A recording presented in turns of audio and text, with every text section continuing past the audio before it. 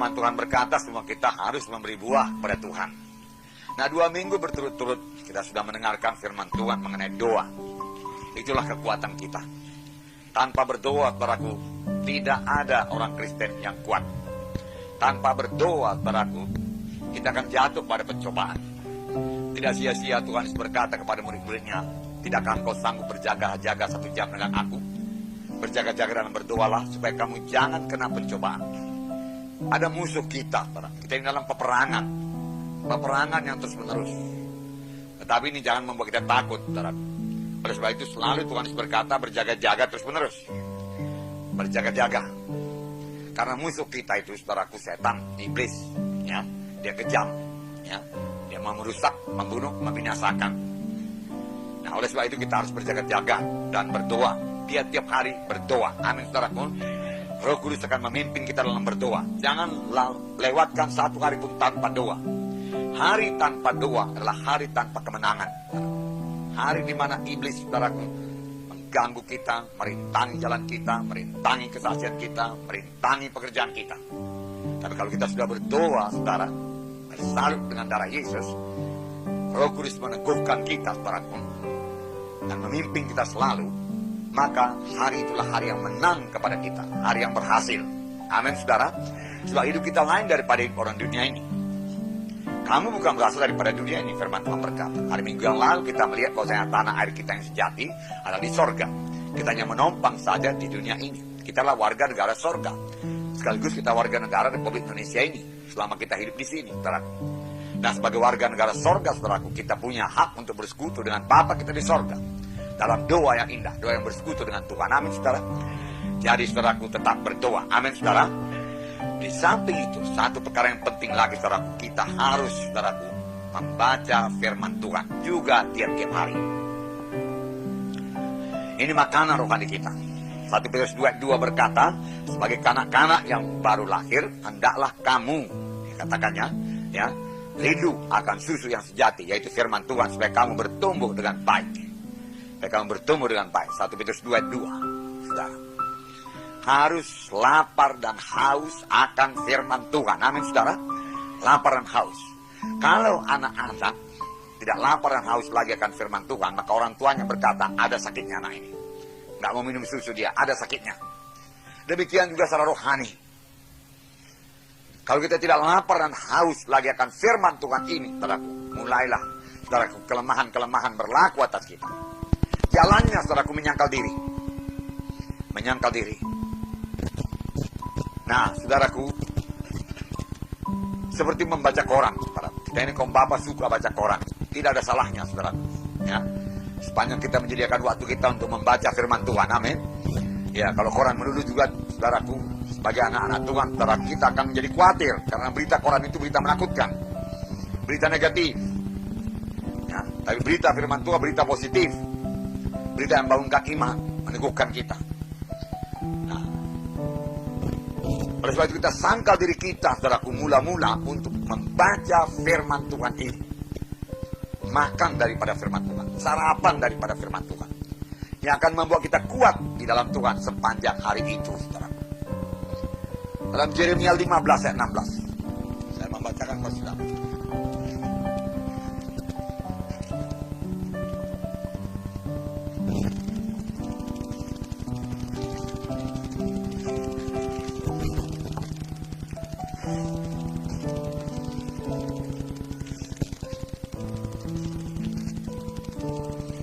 Apabila aku bertemu dengan perkataan-perkataanmu, maka aku menikmatinya. Firman-Mu itu menjadi kegirangan bagiku dan menjadi kesukaan hatiku, sebab nama-Mu telah diserukan atasku, ya Tuhan Allah semesta alam. Nah, apabila kita bertemu dengan perkataan-perkataan firman Tuhan, itu pasti membuat kita segar. Amin, saudara. Sini dikatakan kita menikmatinya, menjadi kegirangan, kesukaan hati. Nah, sebabnya, saudara, kita perlu membaca firman Tuhan tiap-tiap hari. Mazmur 119 ayat 20.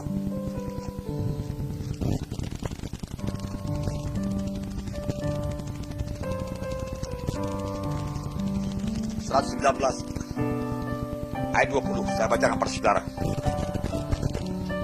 hancur jiwaku karena rindu kepada hukum-hukummu setiap waktu. Demikianlah hendaknya kita selalu merindukan firman Tuhan. Nah, saudara yang kekasih dalam nama Yesus, saya yakin waktu kita dulu mula-mula selamat, saudara, lahir baru, kita suka sekali akan firman Tuhan. Saya sendiri, saudaraku, waktu lahir baru, saudaraku, saya bawa perjanjian baru yang kecil itu. Kemana pun saya pergi, saya kantongi. Dan saya baca dengan sembunyi-sembunyi. Kalau saya kuliah, saudaraku, saya hindari orang ramai, saudara, teman-teman, dan saya pergi ke tempat yang sunyi untuk sembunyi-sembunyi membacanya. Karena pada saat itu, saudaraku, sangat jarang orang yang selamat, saudaraku, di fakultas. Boleh jadi pun cuma saya sendiri, saudara. Seluruh fakultas teknik itu, saudara. Ya, lebih baiklah tidak ketahuan daripada ketahuan. Kalau ketahuan boleh jadi dicap, dibelon, tahap apalah itu semua, saudaraku. Ya. Dan memang kemudian dia mencap saya, demikian juga buat teman-teman itu. Tapi saya tidak peduli, saudaraku. Sepanjang saya bisa membaca firman Tuhan. Rindu. Juga kadang-kadang saya rindu pulang ke rumah untuk berdoa. Nah, kerinduan seperti ini, saudaraku, jangan hilang. Amin, saudara. Peliharalah itu. Kalau belum ada lapar rohani ini, saudaraku, saudara pompa dulu. Nah, saudara, sangkal diri saudara untuk berdoa.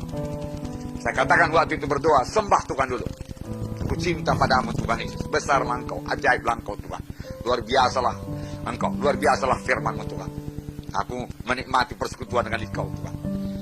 Haleluya, aku muliakan Engkau, aku tinggikan Engkau. Aku cinta padamu, Yesus. Aku cinta padamu, Yesus. Amin, saudara. Ya. Kemudian saudara akan bersekutu dengan Tuhan. Roh Kudus akan menolong saudara. Saudara sudah penuh dengan Roh Kudus, bicara dengan bahasa roh. Amin. Ya. Kemudian saudara baca firman Tuhan. Nah, saudara, bagi saudara yang jarang sekali baca firman Tuhan dan belum mengikuti schedule, saudara, baca dulu perjanjian baru, saudara. Baca dulu perjanjian baru. Itu juga satu berkat. Renungkanlah itu, saudara. Itu akan mengubahkan diri saudara, mengubahkan cara berpikir saudara. Nanti kita lihat manfaat-manfaat daripada firman Tuhan ini, saudara. Tapi pertama sekali harus lapar dan haus lebih dahulu. Tetapkan dalam hati saudara. So, bagaimana saudara akan memimpin saudara, keluarga saudara? Amin, saudara. Ya. Dan juga akan bersaksi. Tanpa firman Tuhan, saudara, kita tidak bisa bersaksi. Tanpa firman Tuhan, bagaimana kita mengajari anak-anak kita akan jalan Tuhan? Kita mengasihi anak kita, kita katakan, tapi tidak pernah kita ajarkan kepada firman Tuhan. Justru itu yang paling penting kepadanya. Saya katakan kepada saudara, saya pikir minggu yang lalu dalam kebaktian, bahwasanya 6 orang ya, siswa sekolah Immanuel, perguruan Immanuel Kristen, saudaraku, diskors, saudaraku, dikeluarkan dari sekolah karena mereka terlibat narkotika. Yang sudah diperingati, ya, ketahuan diperingati, tapi tidak mau melepaskan narkotikanya. Terlibat ganja, tak apalah, narkotika yang lain, saudara. Sudah terikat, saudara. Nah, itu dalam perguruan Kristen, saudara. Nah, saya tanya anak saya, sudah dikeluarkan, 1 orang di antara mereka itu masih berkeliaran di sekitar sekolah itu. Untuk apa? Untuk menjual lagi ganja, memberikan ganja lagi kepada murid-murid yang lain. SMA. Nah, kalau begitu dalam sekolah Kristen, mana lagi dalam sekolah yang lain, saudara? Apakah dia mendapat firman Tuhan dari orang tuanya apa enggak? Firman Tuhan berkata kita ini sebagai pemimpin, sebagai raja dikatakan waktu itu, sebagai imam yang membela keluarga kita, yang mengajari keluarga kita semua untuk ikut pada jalan Tuhan dan meninggalkan semua dosa. Oleh sebab itu kita perlu dilengkapi dengan firman Tuhan.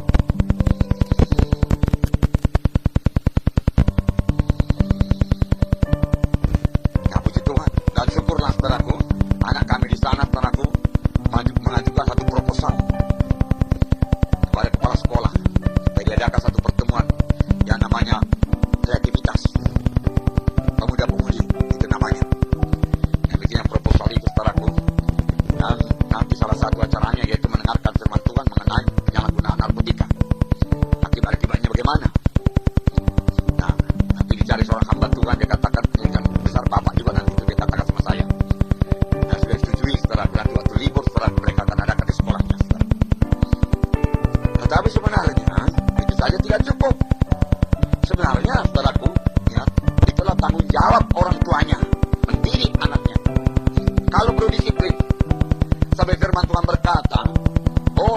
supaya menahan kerotan dari anaknya, saudara, benci kepada anaknya.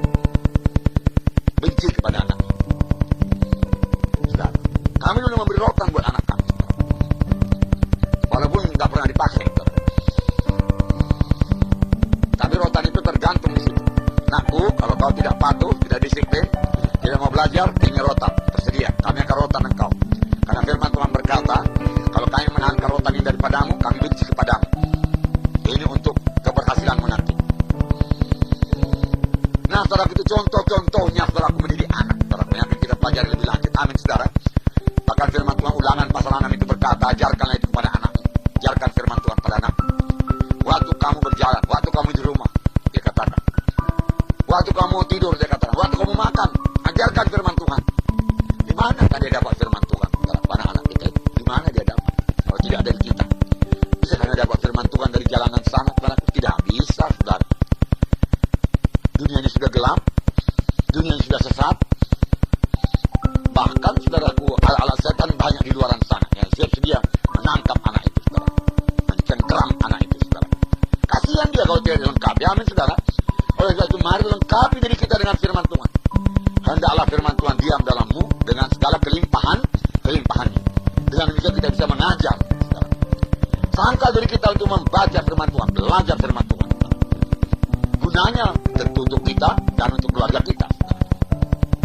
Nah, saudara, saya singkat saja, saudaraku, dengan coba saya katakan kepada saudara, di sini ada beberapa manfaat daripada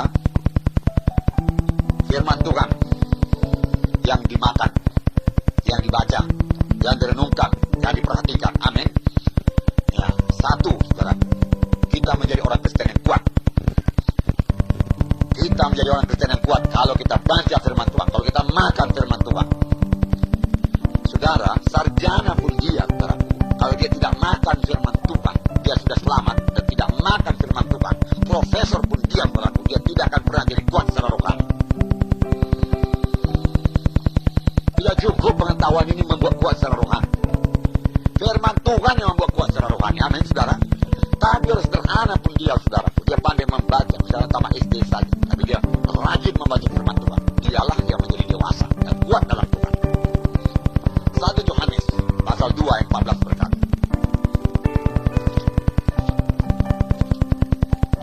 1 Yohanes pasal 2 ayat 14. Aku menulis kepada kamu, hai anak-anak, karena kamu mengenal Bapa. Inilah mula-mulanya anak-anak saja kita. Karena kita mengenal Bapa, kenal Tuhan Yesus sebagai Tuhan dan Juru Selamat.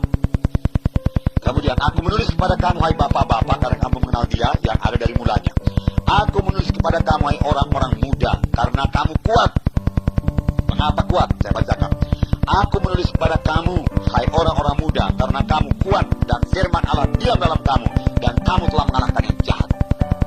Kamu kuat karena firman Allah diam dalam kamu. Amin.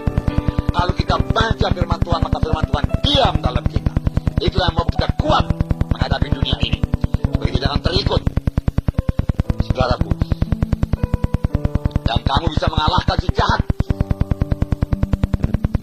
Karena dengan mudah kita berkata, ada tersurat.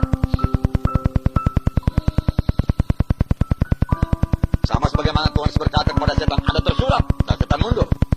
Karena apa? Karena Tuhan Yesus mengucapkan firman Tuhan. Jadi ada tersurat itu yang berkuasa buat kita kuat. Efesus pasal 6 ayat 10 berkata, hendaklah kamu kuat dalam Tuhan. Jadi manfaat yang pertama menjadi kuat dalam Tuhan. Karena Efesus pasal 6 dikatakan ayat 10, akhirnya hendaklah kamu kuat dalam Tuhan, dalam kekuatan kekuasanya. Menjadi kuat dalam Tuhan, dalam kekuatan kuasanya. Apakah yang diperbuat? Di sini dikatakan ayat 17, dan terimalah ketopong keselamatan dan pedang roh, yaitu firman Allah, firman Tuhan. Ya. Nah, jadi firman Tuhan itu membuat kita kuat, saudaraku, dan kita mengalahkan si jahat. Sebaliknya, saudaraku, tanpa firman Tuhan kita akan kalah, saudaraku. Kita akan dikalahkan oleh si jahat, oleh tipu daya setan. Oleh sebab itu jangan biarkan kita kosong dari firman Tuhan. Makan firman Tuhan tiap-tiap hari. Amin, saudara. Ya. Makan firman Tuhan tiap-tiap hari.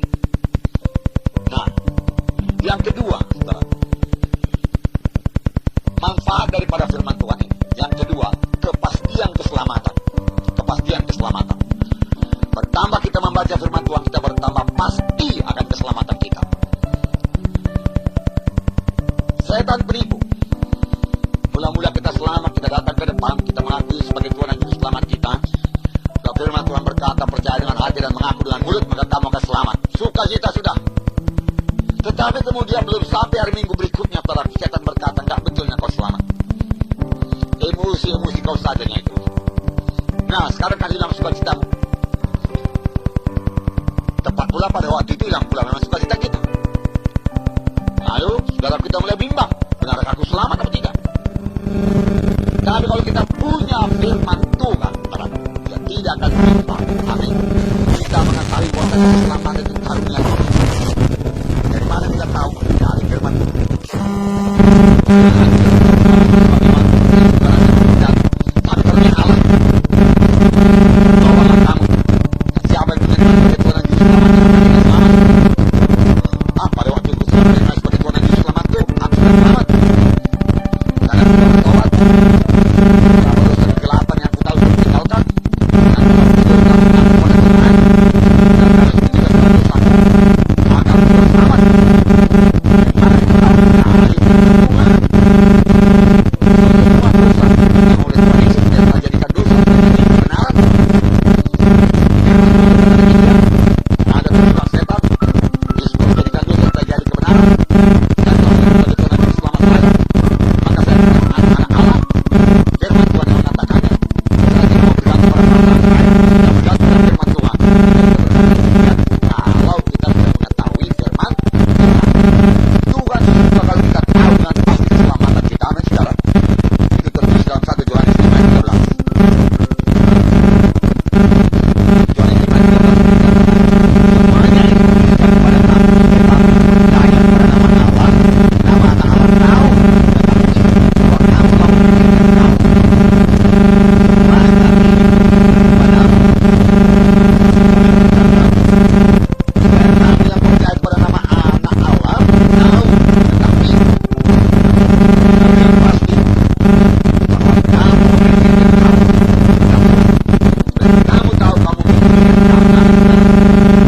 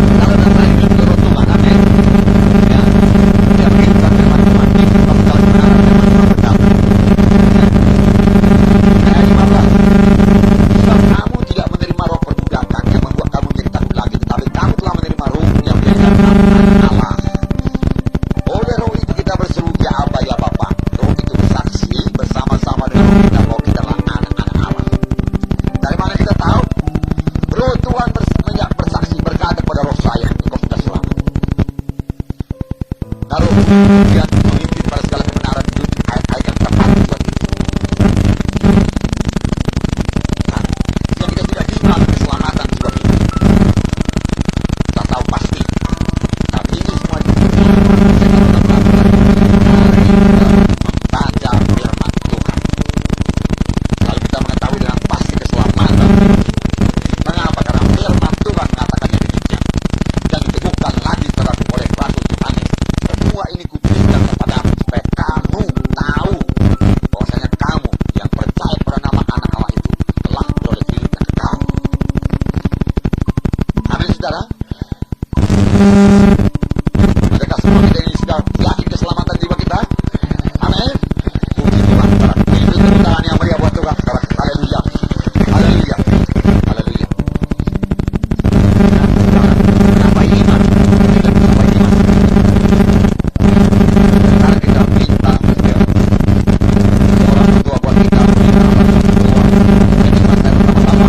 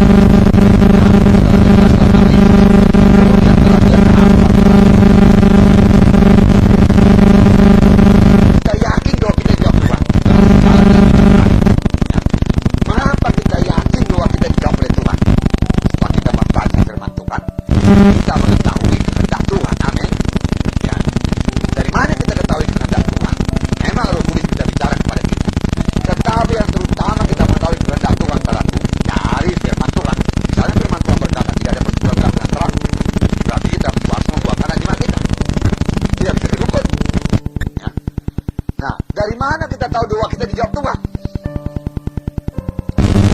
Saudaraku, bila tahu doa kita dijawab Tuhan, kalau permohonan doa kita itu menurut kehendak Tuhan. Amin. Ini tertulis 1 Yohanes 5 ayat 14-15. 1 Yohanes 5, 14-15. Ya. 1 Yohanes 5, 14-15. Saya bacakan kepada saudara. Dan inilah keberanian percaya kita kepadanya, yaitu bahwa ia mengabulkan doa kita kalau kita mau minta sesuatu kepadanya menurut kehendaknya. Kalau kita minta segala sesuatu menurut kehendaknya, ia berikan. Kemudian kata ayat 15, dan jikalau kita tahu bahwa ia mengabulkan apa saja yang kita minta, maka kita juga tahu bahwa kita telah memperoleh segala sesuatu yang kita minta daripadanya.